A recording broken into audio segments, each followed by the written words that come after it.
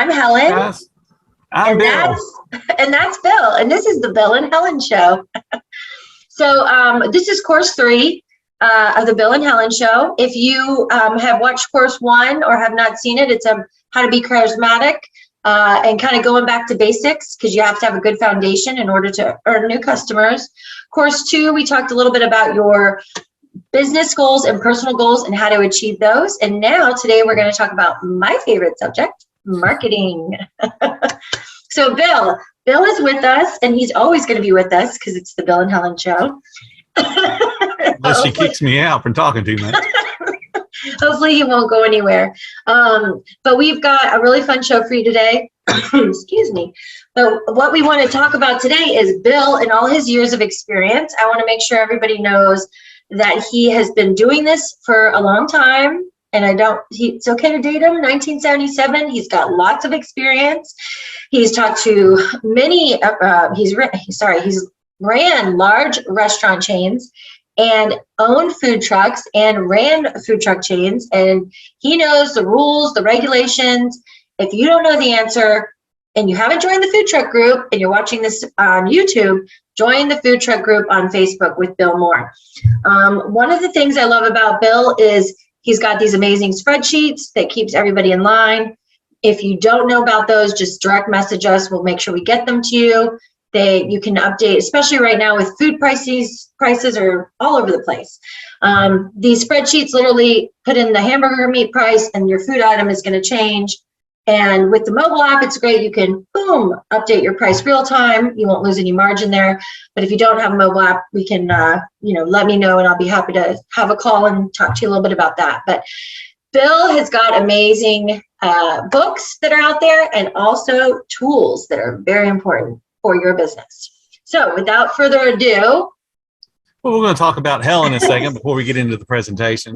She is the co-founder and CEO of OurApps.io, and it's a software company that helps food trucks to be able to take themselves out of the Stone Age and not have to handwrite tickets and that kind of thing. And people can actually order from their phone, which helps not have such long lines. It's an amazing product. She has a background in marketing. She has a background in developing software for banks and investment firms, and she has a degree in psychology. So she knows all about helping you to market your business. So between the two of us, I think we got operations covered, we got marketing covered, so you guys have no reason not to be super successful. Yes, and there's a lot of POSs and gateways out there, so if you have questions regarding those, just put them in the notes below, and Bill or I will get back to you, because there's no free lunch. If they say it's free, they're lying to you. Oh wait, did somebody help you with some of the fun things you can do? And we're also going to talk about how you can make it fun, right, Bill? That's exactly right. It's got to be fun, so that way you want to come back to work tomorrow. Yes. And you're not like, oh, I got to do a social media post. I want you to have fun with this. So the whole reason why you have to market is, and there's ways to go about this and actually see results, is because we don't want your food truck to look like this during breakfast, lunch, or dinner service. Right, Bill? That's exactly right. That's very disappointing when you're open and nobody's there. Right. So how often should I post is a question I get asked a lot. How do I find the time, and how do I make it fun and easy? So I have answers, and so does Bill. So we'll real quick go through mine, and then Bill can highlight. How often should I post? So if you can post every day, and there's a way to do it, and we'll talk about it, it's good to post every day. If you have a really big following, people will see what you're cooking, and if they're coming back to you, it's okay. Like, you want that to occur. Sometimes, depending on your situation, and this is why I really encourage a lot of the businesses that sign up with our apps to schedule a 15-minute call. It might depend on your demographic or area or what your personal situation is, that maybe you post every other day. So make sure that you have those conversations with us, and we'll kind of drill down. Also, how do I find the time to post? There are softwares out there, applications, actual apps, that you can utilize the templates, and all you do is plug in a picture, write the name of the event and the time, and hit send, and boom, it goes to all of your marketing platforms. So there really is no reason for you not to do social media. The only thing you really need, and Bill and I talked about this yesterday, is content. So just having your phone on hand. I know you're cooking. I know you're taking, payments, but if you have a mobile app, you don't have to worry about taking payments. They just come and pick up. Go ahead and take a minute and go out and take a picture, or ask your customers out there to maybe take a picture in front of your logo, post, and tag. And we'll talk about that in the next slide. But there is time for you to take a couple of pictures every day. And before you know it, you'll have hundreds, right, Bill?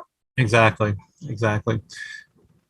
What I tell folks is social media, the first word is social. So social means you're going to have a conversation. It has to go back and forth.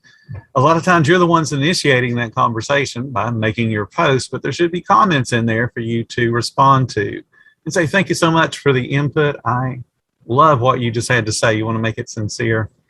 Finding the time, realistically, you can as Helen had mentioned, pre-set or pre-schedule those posts. So you're only spending perhaps an hour one day a week, but you're scheduling posts for every single day of the week. And then all you have to do on a daily basis is just respond to the comments. Yes. And keep that conversation going. And realistically, the fun and easy part is fantastic because you're going to involve your guests. You want them to get involved, take pictures and show off your logo and show them taking that first bite of the sandwich, because those are the kind of pictures that will get attention. And because they've taken their own picture, they're putting it on their social media. They tag you, which means that a whole bunch of people that have never, ever heard about your business are going to see it.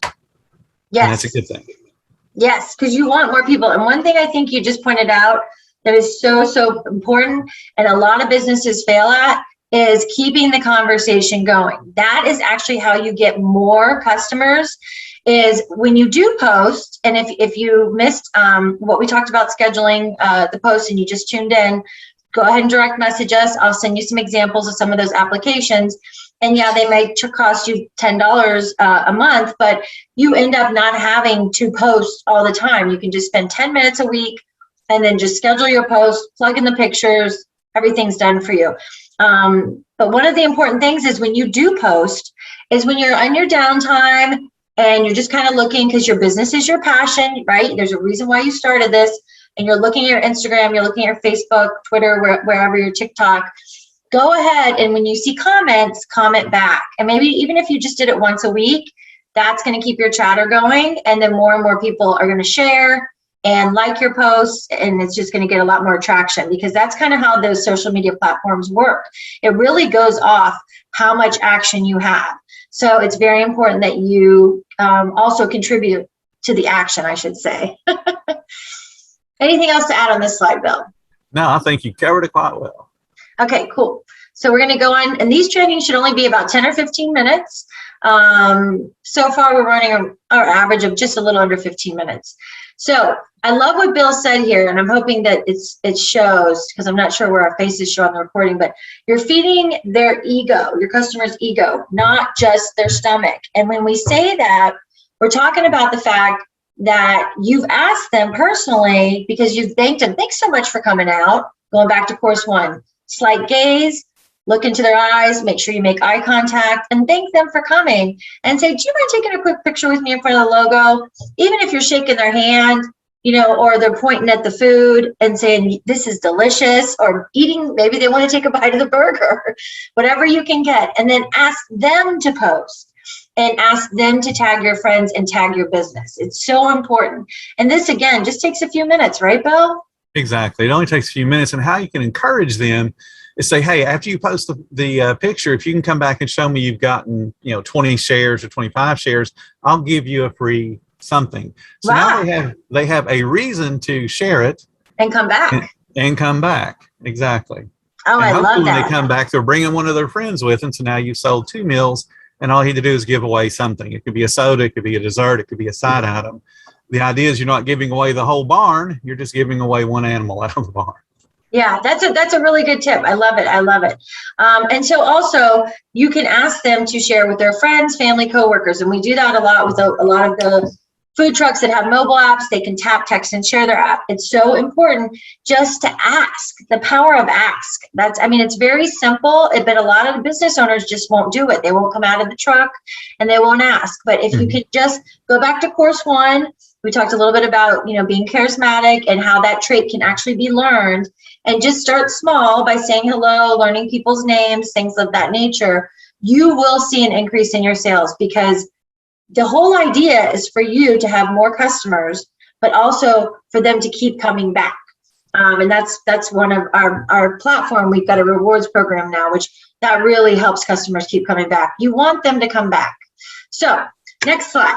How can I market my business effectively is a big question that I get a lot. So Bill is going to crush this slide. So if you're thinking about going somewhere, don't, or pause us. Don't pause us. What? Don't pause us. Yeah, don't pause unless you really have to go somewhere, like the kitchen's on fire. Be creative. So I sell so many food trucks. There are so many musicians where I live in my area in St. Augustine, Florida.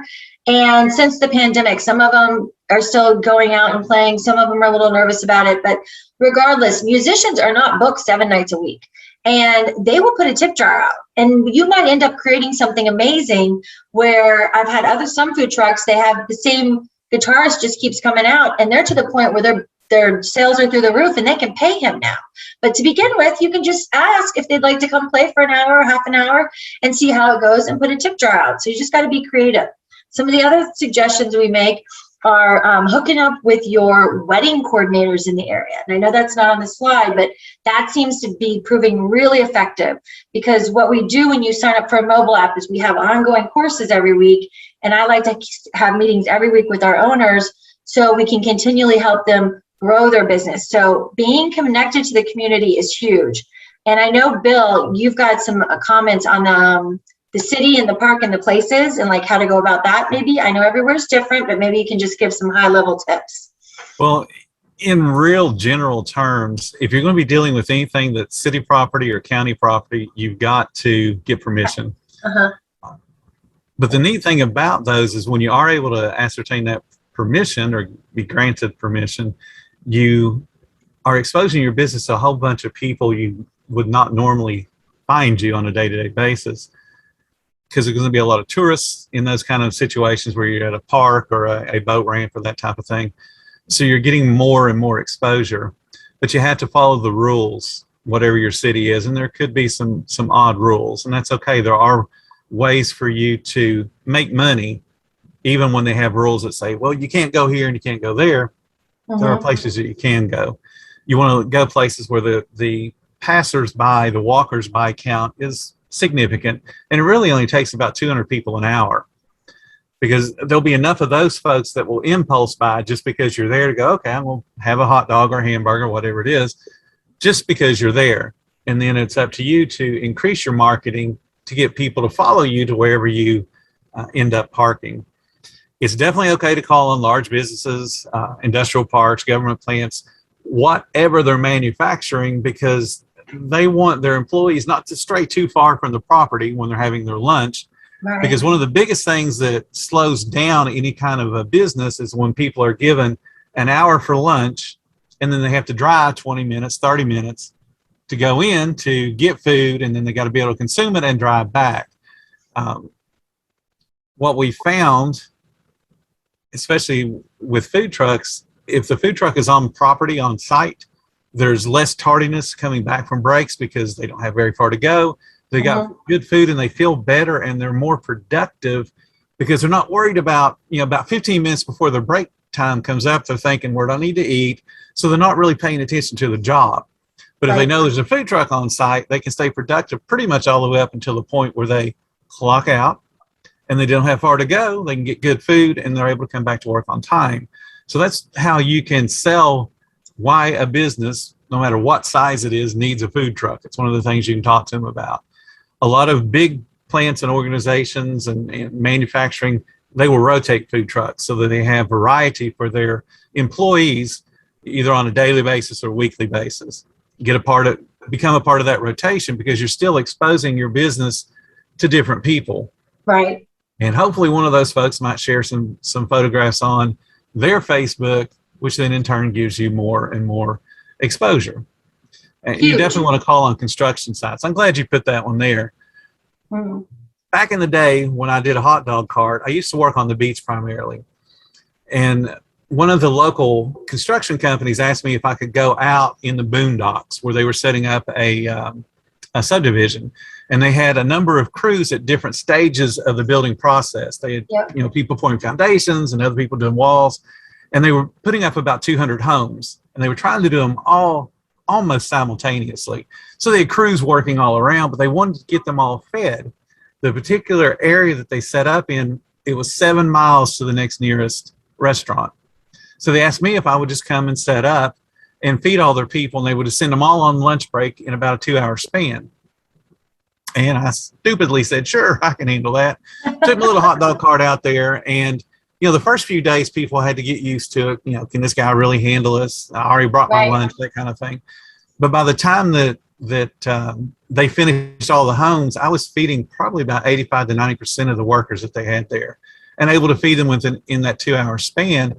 And I could, on the profit side, do about $700 on profit for working a little over 3 hours. That included my prep, and that included my cleanup, and then the service hours. So, I mean, that's an impressive day for anybody when you're making, profit of $300 an hour or so. Yeah, and it's important just to keep an eye out, just when you're driving around. These places are happening everywhere, right, Bill?